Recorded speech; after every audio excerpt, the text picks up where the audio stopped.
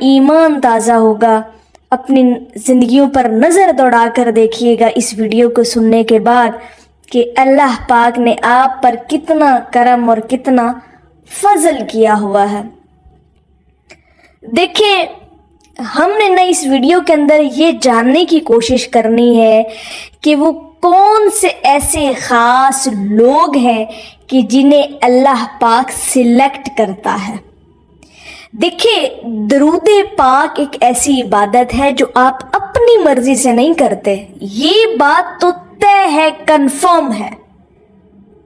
سرکار واصف رحمۃ اللہ علیہ کا ایک کال ہے، وہ کہتے ہیں کہ جی جو لوگ درود پاک پڑھتے ہیں یا جنہیں درود پاک سے محبت ہو جاتی ہے، وہ روحیں حضور علیہ السلام کی محفل میں پرورش پا کر آئی ہوئی ہوتی ہیں پیدا ہونے سے پہلے۔ یہ ان کے کال کا کمی بیشی ہو سکتی ہے، مفہوم میں نے بیان کیا ہے، شاید آپ نے بھی یہ کہیں نہ کہیں لازمی بات پڑھی ہوگی، سنی ہوگی۔ تو اپنے اندر غور کریں کہ اللہ پاک نے آپ کو درود پاک پڑھنے کی کتنی توفیق دی ہوئی ہے۔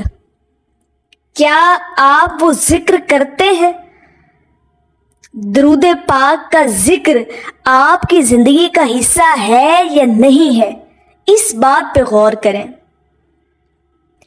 دیکھیں، یہ فیصلہ عرش بریں پر ہوتا ہے، یہ سلیکشن، یہ جانچ پڑتال یہ اوپر ہوتی ہے،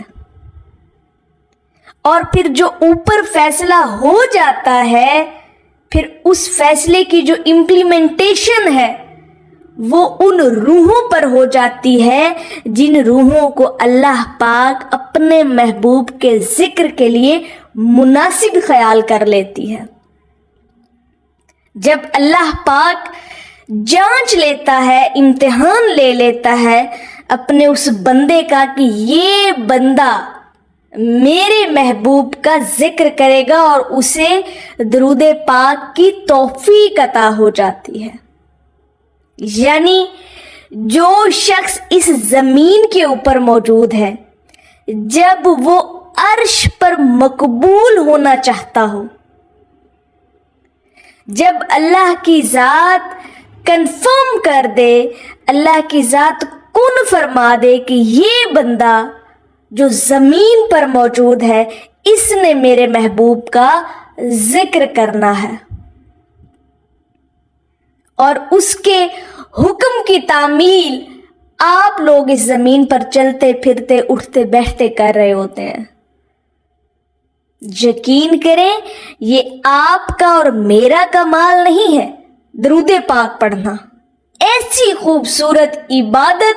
اور پھر سب سے بڑی اس کا جو راز ہے اس عبادت کا، کہ یہ پھر عبادت رد بھی نہیں ہے۔ آپ نے صرف لب ہلائے، آپ نے درود پاک پڑھ دیا، ٹھیک ہے، شعوری لاشعوری طور پر آپ کا درود پاک قبول ہی قبول ہے۔ اللہ پاک اپنے محبوب کا ذکر رد نہیں کر سکتا، یہ ایک ایسی عبادت ہے۔ تو یہ بات اپنے اندر بٹھا لے کہ درود پاک کی اگر توفیق آپ لوگوں کو ملی ہوئی ہے تو آپ سمجھ لیں، اپنے آپ کو اطمینان دلا دیں کہ آپ اللہ کی بارگاہ میں مقبول ہو چکے ہیں۔ اور حدیث مبارکہ بھی ہے کہ حضور علیہ السلام نے فرمایا کہ قیامت والے دن وہ شخص میرے سب سے زیادہ قریب ہوگا جس نے دنیا میں رہتے ہوئے مجھ پر سب سے زیادہ اور کثرت سے درود پاک پڑھا۔ اور اگر یہ کثرت آپ کو ملی ہوئی ہے تو آپ بہت ہی خوش بخت انسان ہیں، بہت خوش بخت لوگ ہیں آپ، کہ آپ اللہ کی بارگاہ میں چن لیے گئے ہیں۔ اللہ نے آپ کو چن لیا ہے، خالق کائنات نے آپ کو چن لیا ہے، رب العالمین نے آپ کو چن لیا ہے۔